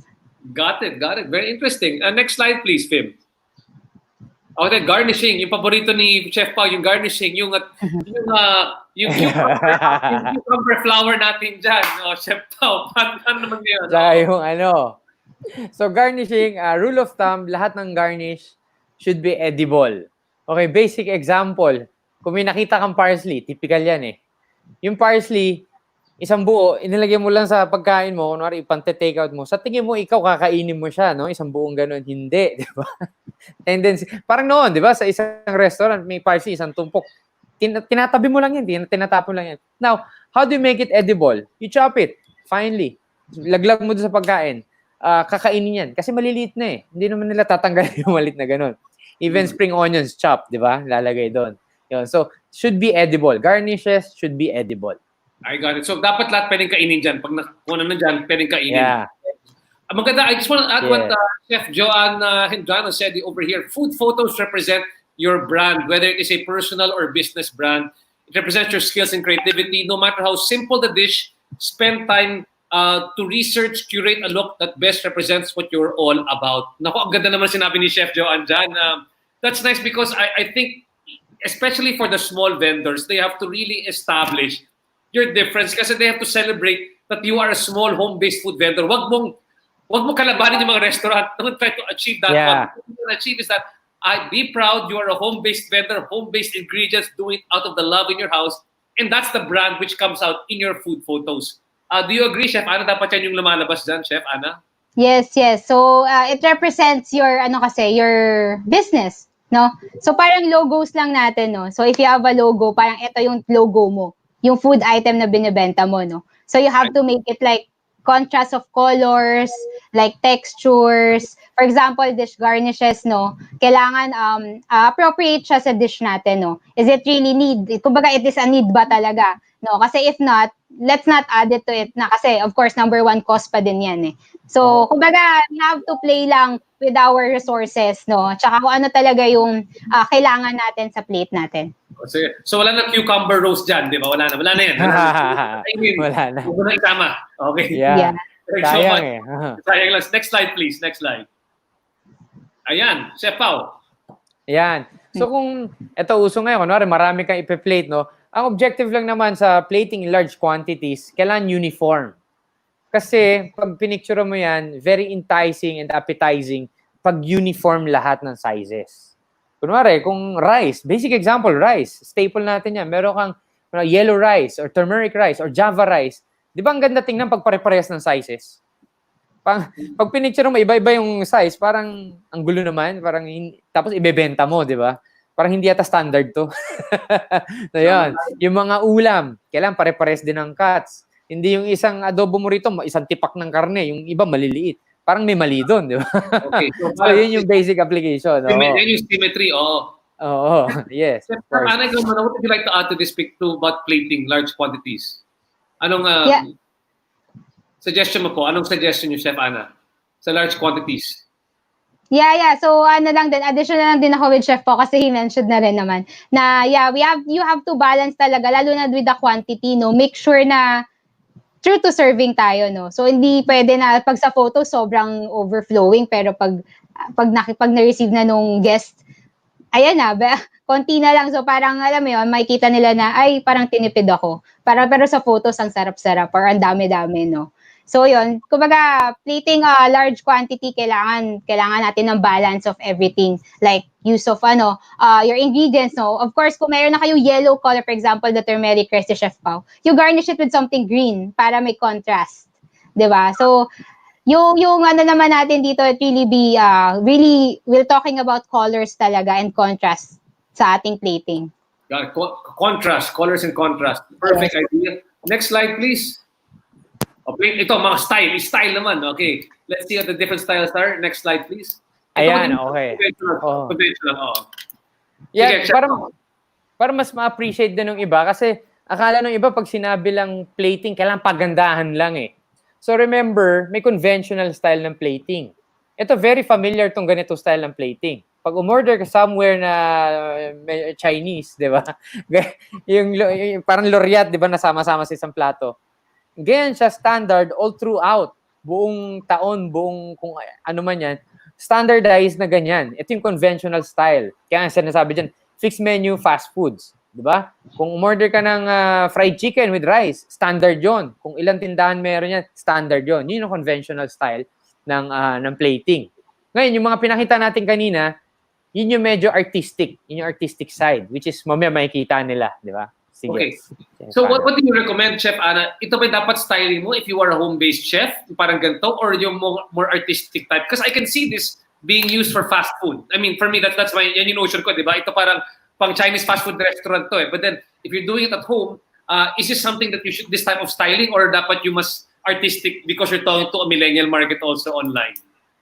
Yeah. Actually, it really depends on your product, no? So, for example, like this one, soup kasi siya, kaya parang you have to really show every component. Pero kung ang pagkain mo naman is fried rice, no? So, of course, hindi mo naman siya kailangan isa-isahin yung ingredients sa gilid, di ba? So, of course, naka-incorporate na siya dun sa rice. So, I guess pag home user tayo or home business owner tayo, something that easy to replicate, of course, kailangan nyo ng extra hand, di ba? So, yung pinakamadali lang. So, this one will do naman. Pero again, it really depends on your food product. I see. Next slide, please. Ayan. Ito sasabi ni Chef Pao kanina. Freestyle or artistic, ito usually ginagawa sa hotels and restaurants. Typical chefs ang gumagawa. Very, paano ko ba sasabihin? Hindi na siya nauulit eh. Every plate is unique dun sa isang plate. Pero more or less, yung grammage, same. Pero yung design, which is kaya artistic siya, yung design, hindi mo siya pwedeng i-duplicate doon sa isa. Very different in a way. Kaya every plate is unique. Yeah. I see. But is it the kind of level, Chef Ana, that you want to bring to the game online? Ito ba? I mean, not bad, but I mean, what should be the balance between freestyle and conventional pag ikaw ay home-based entrepreneur? Yeah, so yung freeform kasi is it's something na it shows your creativity talaga eh. So freestyle or freeform or parang abstract if you would like to relate it sa painting, no.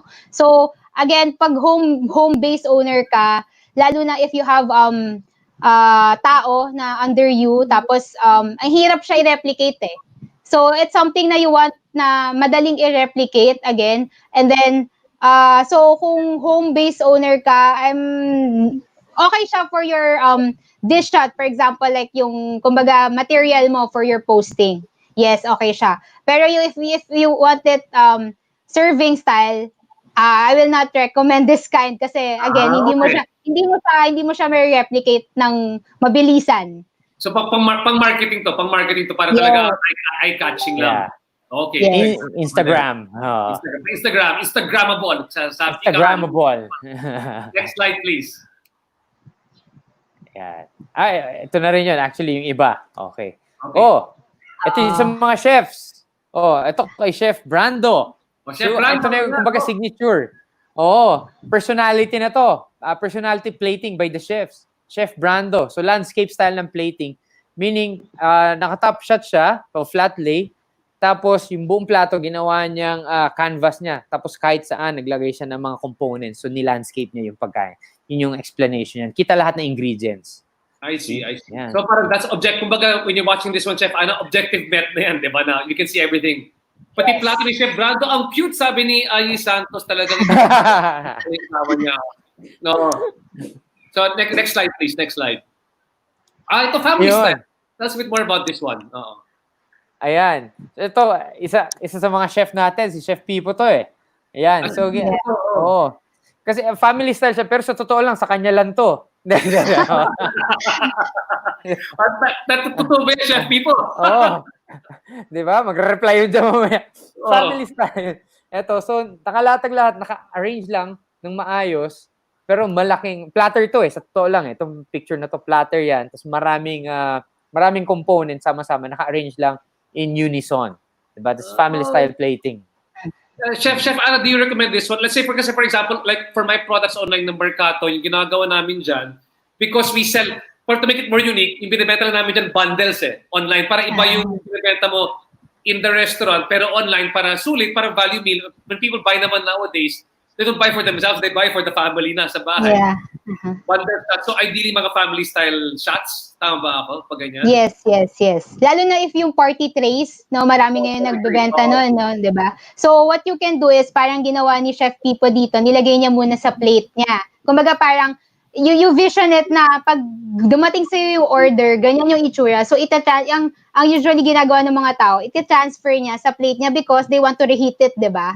Oh. So of course, hindi mawawala, pipicturean ng mga tao yan, di ba? Bago kainin. So yung perception natin dito, from the tray, ita-transfer mo siya from your plate, as in your own plate, dapat ganyan pa din yung itsura. Kung baga, it shows na pang pamilya talaga, pang maramihan. A question ko natatawa kasi may ibang photos online, mga home-based chefs, nasa loob ng tray na yan, yung aluminum tray. Yung pag-serving. Pag party tray, nasa party tray na siya. So dapat, huwag sana sa party tray, dapat ilagay mo na sa plato para mas maganda yung picture online. Hindi ba? Yeah, pwede rin. Yes, pwede din naman. Oo. What do you think about that one? Ako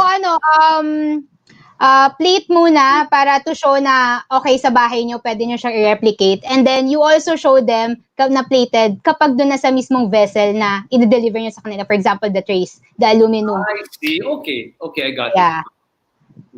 Yeah, yung iba naman. Oh, yes. Chef Pao, Yung iba naman, kung aluminum na yung gagamitin, medyo nagdadagdag lang ng garnish to cover up the aluminum wall, the aluminum side. Okay. Garnish lang, nagdadagdag. Garnish lang. Si Chef Miko Aspiras all the way from down under. Bumabati sa atin. Gaday, wow. Chef Miko Aspiras, thanks so much for the shout out, Chef Miko. Marami na. Chef Pipo Aluni, sabi niya, yung pinakita mo kanina, yung kay itong family style, kaya, good for one yan ni Chef Pipo at Chef Brando yan. Itong family style. Sige, thanks so much. Next slide, please. I like this one. Organic. Ano yung sabihin nito? Alright, yeah, for this one, yung definition natin using organic materials, tumalo naman tayo from the conventional white plate or earthenware na plate, tumalon tayo sa mga, for example, is chopping board. Ito, like itong isang shot natin dito sa my left side. We use chopping board and then gumamit tayo ng mga, mga board din, wooden board pang foreground niya.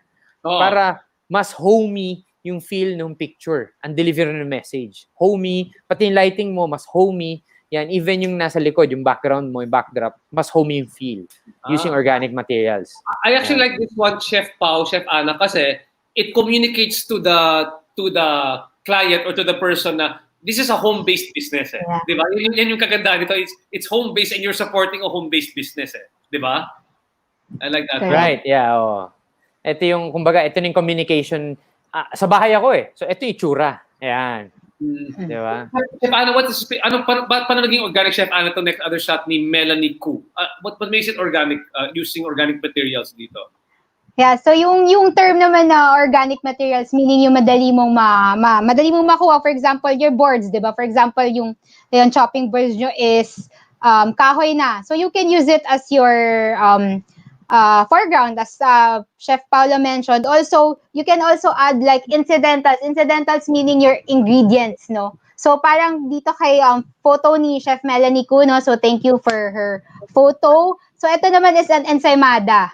No? So, as you can see na, so meron tayong rolling pin, wire width. So, actually, it's not only ingredients. You can also add tools. no? Para nakita nila na, okay, kung gusto kong i-replicate siya at home, ito yung mga kailangan kong gamitin. Perfect. Kuha ko. Next slide, please.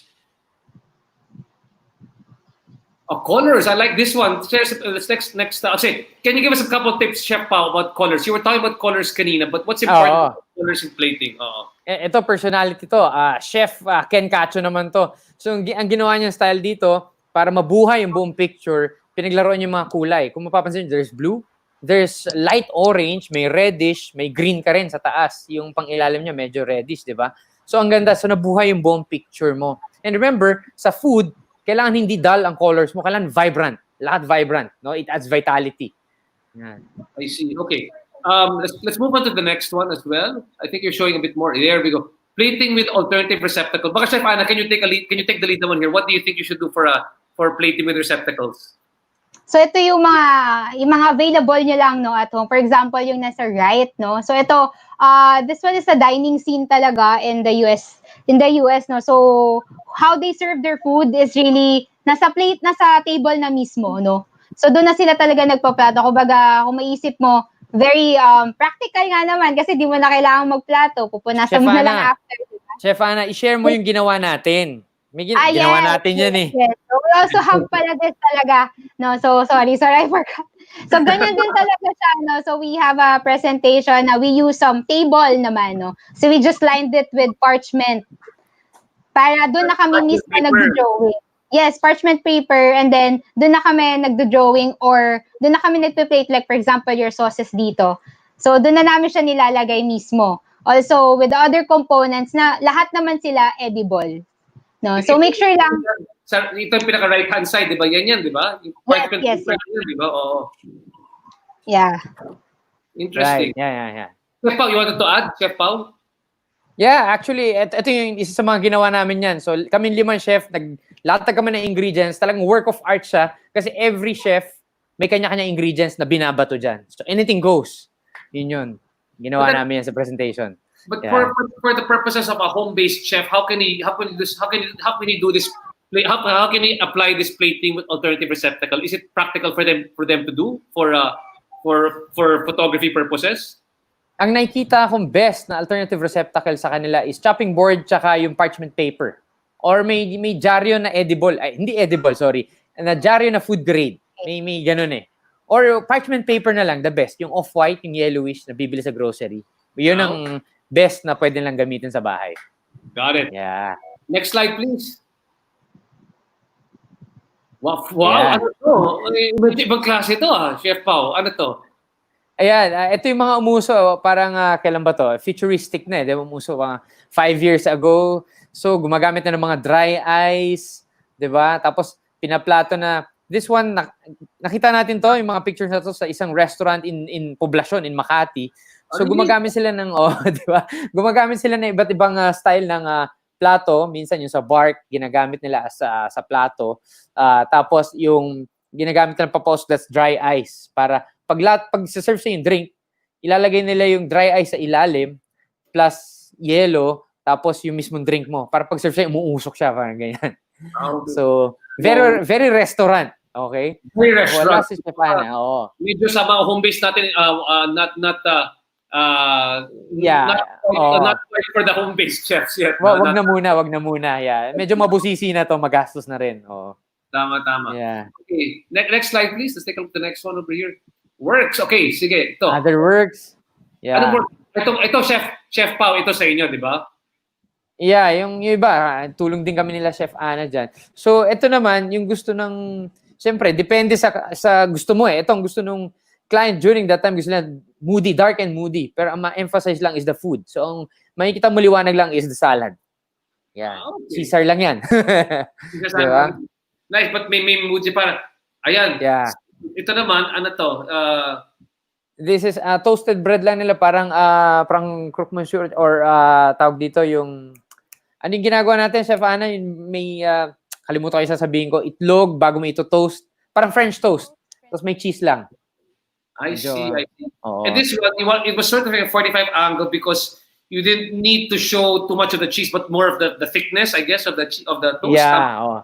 thickness, tapos yung gilid kung paano mo siya na-toast, and yung mga components sa gilid. Tama no, Chef Ana?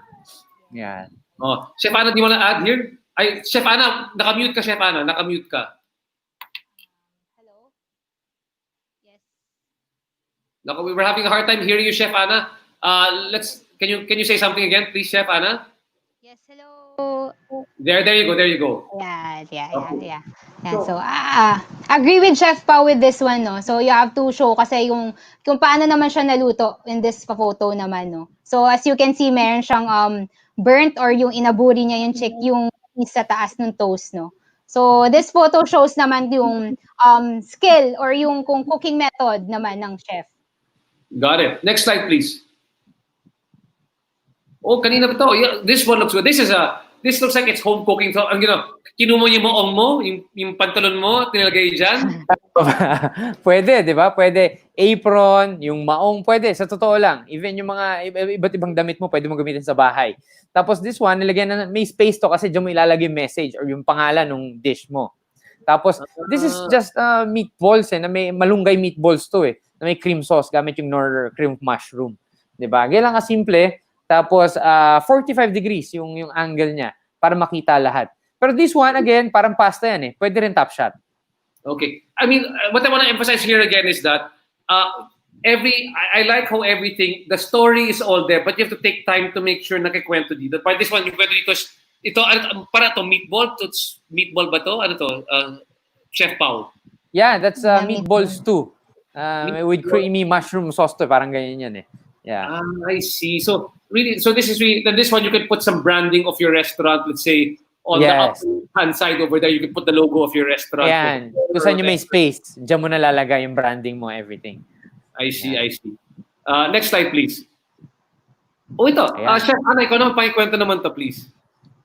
Ayan. So, ito naman, yung nasa kanan natin, it shows party, no? Party, kumbaga parang family style naman siya na plating, no? So, this one naman is nakaposisyon na ganyan because layout to para magkakaroon ka ng text sa baba din. So, it's part of your marketing material again na pwede nyong i-layout siya na meron kayong paglalagyan ng text, no? So, hindi lang siya puro photo. So, for example, gusto niya na eventually yung mga homeowners natin, from kanina, puro mga dish shots lang talaga. Ito, lalagyan niya na ng space kasi lalagyan niya na, for example, ng menu sa baba, di ba? So, kumbaga parang, etong dish nyo is your best seller. And then, what else do you offer? So, you add the little box dyan sa gilid. So, yan naman yung style na to. So, sa kaliwa naman, sa kaliwa is same goes din na this is what I usually serve. And then, here are the prices, kumbaga, the weight or the sizes na we offer. And then, yung baga meron silang, kumbaga at first glance, makikita mo na agad na, for sure, ito yung bestseller nila. I like this one because this is a good story to tell. So, to all the home-based owners right now na nakikinig dito, ito yung mga shots na maganda para sa akin because nalalagay mo ng logo, di ba? Hanap ka ng logo or prices. Diyan, no, sa mga empty spaces. Like, kunyari, sa first photo, pwede mo lagyan yung logo mo sa taas, pati yung price point. And dito naman sa baba, di ba? That's where you can put your logos, di ba? So very, very, very, very practical food styling tips, especially sa mga home-based food owners natin. Next slide, please. Ito, Chef Pao. O, yung chicharon mo. Chicharon ba yan, Chef Pao? Ano yan? Yeah, ito adobo na to with quail eggs tapos yung Pinoy ensalada. So yun yung storya niya. So ginamit lang natin yung wooden foreground niya. Tapos may spacing. Again, yung spacing for editing kasi andyan yung brand mo, yung name, ano yung ingredients nandyan, dyan mo ilalagay. Pero again, yung kulay nito, isa na rin tumutulong sa kulay is yung foreground. Pag wood yan, ang bounce ng ilaw mo, medyo warm din. So, yan yung homey feel. Ito bagay to pang home business owners. Home-based. That's what I want to emphasize again, di ba? We have to, especially for the home-based food owners moving forward, pag nag-GCQ na, baka mas marami nang babalik sa mga restaurant. But the point for you is if you want to create business for yourself, you have to show that your competitive advantage is that masarap yung home-cooked authentic meals. And this sort of image ng mga you use wood, you use wood na ganito, or you use parang chopping boards, give the people the impression that I'm eating unlike a restaurant, I'm eating food made with love. Parang yan yung feeling ko lang, di ba? Kasi pag, di ba, when you Yeah. buy food, because you're buying food na yung chef mismo, ito yung storya niya, ito yung home-based recipe niya, he's opening up the kitchen, opening up his kitchen to you. Yan yung magandang storya dito eh. Chef Ana, what would you like to add to this one? Yeah, so with this one naman, it's parang landscape siya. So what you can do, you can also add this as a banner, no, or yung cover photo nyo dun sa Facebook. Kasi maganda siya, kumbaga yung size niya is fit for that part. Also, yan na, dyan nalalabas yung messaging natin, no. So, ang maganda rin dito sa photo na to, maganda yung surface niya, kumbaga malawak. So, you can take crops, no, of each photo, tapos yun yung pang-feed nyo naman sa Instagram. So, it's a dual purpose na pwede siya maging banner to your Facebook, and then, crops or parang snippets of that dun naman sa Instagram. So, maganda din tong plating ito. It really convey na it's home-based, na you use wooden spoon, you even use parang siguro yan yung tela ng lumang tela or mantel or parang shawl ng lola nyo, yung mga ganon. So, it's really, you have to be resourceful talaga when it comes to food styling and food photography. Got it, got it. Very nice story being told over here, mga kaibigan. Next slide, please. And I guess this is one of the last few slides. Ito na lang, last slide natin for food. Can you tell us the story of this one over here? Yeah, for this one, stew rin to, isa sa mga projects namin, stew. So, ang objective rito, kailangan ma-emphasize yung ingredient na ginamit. So, may rosemary tsaka tomato, kaya nakalabas siya sa gilid. So, tapos kailan light and bright ang coloring niya. Kumbaga, yung kailangan ang approach niya, light and bright. So, kaya yung ginamit na foreground, which is yung tela niya, mas light. Pag bounce ng ilaw mo, ang reflection niya mas maliwanag. No. Tapos yung spacing. Yeah. Sorry, keep on going, Chef Paul. Sorry, keep on going. Sorry. Tapos yung space niya, again, for the branding definition or pricing, up to you kung anong gusto mo ilagay doon sa space. Yeah. Actually, may magandang tanong na lumabas dito na kay Charmaine. Maybe Chef Ana, you can handle this one. If you can go Charmaine's question, any tips on how to take photos of pies, pizza, or cakes, or anything na medyo round, flat, and smooth? How to make it look good in photos and what angles to use? Kasi sometimes it looks like parang lifeless siya. Dapat flat lay, dapat side view. How do we improve taking pictures of things like pies and pizzas and cakes? Yeah. So, for example, I'll use the shape nung dito, yung crockpot natin dito. So, it's round, no? So, maganda rin siya as top lay or flat lay dito kasi it shows naman yung, kumbaga yung buong pie natin. Kunyari pie na lang tong photo natin dito, ha? So, para siyang buong pie, makikita mo. Also, ako mapapansin nyo, gumamit siya ng rectangle na shape. So, it's a contrast between round and rectangle. So, makikita mo may edges. So, that's also a tip, no? If puro rounds kayo, pwede kayong gumamit ng ibang other levels or shapes. For example, that one, rectangle nga. Also, okay din to shoot it sa multiple angles. So, you have a top shot to show them the size, no? So, it's a size reference. And then, you have an angle shot. Maganda nga sana kung meron yung nakabukas na siya para you can see what's inside. Then, so that's an angle shot naman, like 45 degrees angle. And then 90 degrees angle just to show the thickness naman of the pie. So, kumbaga, you have to feed them with different angles para makita nila kung ano talaga yung sinuserve nyo, kung gaano siya kalaki, kung gaano. Kumbaga, the ingredients is nakikita na rin sa bawat angles.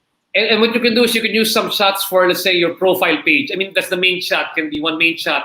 And then the other shots, the one shot can convey, let's say, if it's a 45 degree, it's like you're lifting the pie. So, nakikita mo yung pie na the ingredients coming out. And then the other one is a 90 degree to show the ingredients. Can be another shot that you can come out. So you can use a succession of shots to tell the story. Tama ba? Yes, that's correct. Really great. Guys, there's a lot more photos. Many people asking more questions, but again, you can visit the UFS site. No? Can we go back there, the last shot again? Chef Pao, Chef Ana, it's been a really great conversation. Many more people, a lot of great chefs coming on board listening to you. They've enjoyed the conversation. Yung buong barangay ni Ana yata nakinig sa kanya ngayon. So, can you just ask just a few more tips after everything else that we've gone through this discussion, Chef Pao, keeping in mind we are talking to, again, aspiring home-based chefs who are trying to grow their business. They are trying to make their food look much better. how can they stand out now online, particularly using our everything they've learned from our food photography and styling session? Yeah, again, yung parang sinare nga natin kanina, good food photo equals to profit. Diba? Yun yung ating konsepto kanina. Kasi again, guys, remember, mas mabilis mabenta or mabebenta kagad kung maganda yung picture mo. Again, at the end of the day, siguro may share kong tip dyan, is focus on the core of your product. Ano ba yung gusto mong ibenta dun sa produkto? Wag ka lang sumabay kasi lahat naka-flat lay. So lahat kayo flat lay ngayon. What if binebenta mo is burger? Ang burger, always remember, ang binebenta mo dyan yung gilid, yung patty. Yun yung ipakita mo. That's the story. That's the rule of thumb sa food photography. Kung ano yung core mo, kung ano yung binebenta mo, focus on that. At the end of the day, makikita mo yung resulta niya pag binibili na lahat sa'yo. It will follow. Fantastic. What a great story. Really great story over there. Thanks so much, Chef Pao, of course, our senior sous chef of Unilever Food Solutions. Chef Ana, ikaw naman, what's your final tip for all those home-based food entrepreneurs trying to improve their photography? At pakibati na rin yung mga lahat ng kamag-anak mo na gusto mo. Ayan, no? So, just a few words na lang po. So, yung food plating naman natin really reflects your brand, no? So, again, kailangan, we have to really invest on good photos. Hindi naman po kailangan na like studio light na agad, like very, kumbaga, maganda na yung gamit natin. Kumbaga, work what you have. Kasi, of course, ngayong meron tayong crisis, kailangan be resourceful. Kung sa bahay lang natin, meron lang tayong chopping board na wood, yun lang yung gamitin natin as long as it's appropriate na sa ating dish. No? Also, less is always more, di ba? So, huwag tayo mag-overthink kasi paminsan yung creativity natin na-overflow kumbaga na-overflow na yung ginagawa natin. So, kumbaga, ako suggestion ko talaga, list down all the items that you really need to shoot. Like, kumbaga, gawa kayo ng plan nyo, tapos, along the way naman, merong mag-i-insert dyan ng mga creative juices nyo. So, ako, really less is more and stick with your plan. No? Also, number one, last na to, kumbaga, Sure, no as much as possible, use natural lighting kasi yun talaga yung source nyo ng magandang photo. And then, enhance it with the apps that are free or even kahit hindi nyo na nga i-enhance kasi maganda na yung ilaw nyo and angles. At syempre, malapit na yung oras. Golden time is coming up. 3:36 na. Mga 4 o'clock. Pwede nang kumuha ng first food shots ninyo. I-test ninyo. Perfect timing. And then last, since you're both here right now, a few more tips as to why it's great to use, of course, Unilever Food Solutions products to the dish. I need to emphasize to people that, especially if you're home-based, it helps quicken the process of selling your products. Because time is your friend and not you have to work within a specific time to deliver food products. Why it's been great for them to use UFS products for their home-based dishes. Chef Pao. Yeah. Again, ito yung highlight natin yung mga efficient products natin. Again, it cuts your prep time, your cooking time. Very basic example, yung Knorr liquid seasoning natin. Gagawa ka ng inihaw na liempo, yan lang gamitin mo as marinade in half a time or even 5 minutes. Yan 5 minutes. Lagay mo lang dyan yung liempo, Knorr liquid seasoning, 5 minutes, pwede mo na ihawin, pasok na yung lasa niyan. I guarantee that. We guarantee that. Kasi tinry na namin yan sa kusina. Alright? So you can use that. Even yung mga produkto natin like Knorr Rostip, that is your Pinoy seasoning. Kung ang concept mo is Pinoy, use that dry seasoning para sa lahat ng Filipino dishes. Like for example, your garlic rice, kalkag rice, kung anong rice ang gusto mong ibenta, itinda. Yan lang ang seasoning mo and that's it. Diba, Chef Ana? Yeah, so additional to Chef Pao also, no? So, ang maganda naman dito sa products kasi, it's very convenient. For example, your mayonnaise, no? So, kung yung burger mo, plain mayonnaise lang, since you have a lady's choice mayonnaise, so it will be your base. Pwede pa kayo mag-add ng different flavors and then, for example, yung burger nyo, like simple burger lang ngayon, pwede na siyang maging sriracha burger kasi you added additional flavor. So, all of naman the products are base naman din siya. So, base flavors that you can still add other flavors or ingredients to it that is useful to your businesses. Yeah. And again, thank you so much, Chef Pao and Chef Ana of UFS Academy. Guys, a lot of great help you shared with the people here right now. If you want to learn more, please again visit their site, ufs.com.ph or ito, UFS Academy online, and of course the products are available right now on Shopee and on Lazada. And Chef Pao, Chef Ana, sana next episode, hopefully, and if Chef Fim are listening, we've already trained all of our home-based chefs on what to do. I think the most important thing right now, habang lumalaki yung mga negosyo nila, we need to teach them a bit more about food costing and profit para alam rin nila what they're getting into the next time around. Again, thanks so much to everybody for listening. We will talk to our friends again from UFS next Friday. Again, my name is RJ Ledesma. Sana po nakatulong kami sa lahat ng mga aspiring food entrepreneurs. And again, kung kayo po ay isang home-based food entrepreneur, we invite you to join us on the Mercato online delivery. And you can find us right now on the bottom. We can help deliver. We can help market your products for free. And we also have our dedicated delivery and e-commerce service to deliver your products straight to the customers. Again, maraming salamat, Chef Pao, Chef Ana, buong UFS team. Thank you so much. We will see you again Thank next you. Friday. Stay safe, guys. Maraming salamat. Thank Thank you. you. Bye-bye. Thank you. Bye, guys. Bye, Thank you. everybody. See you again.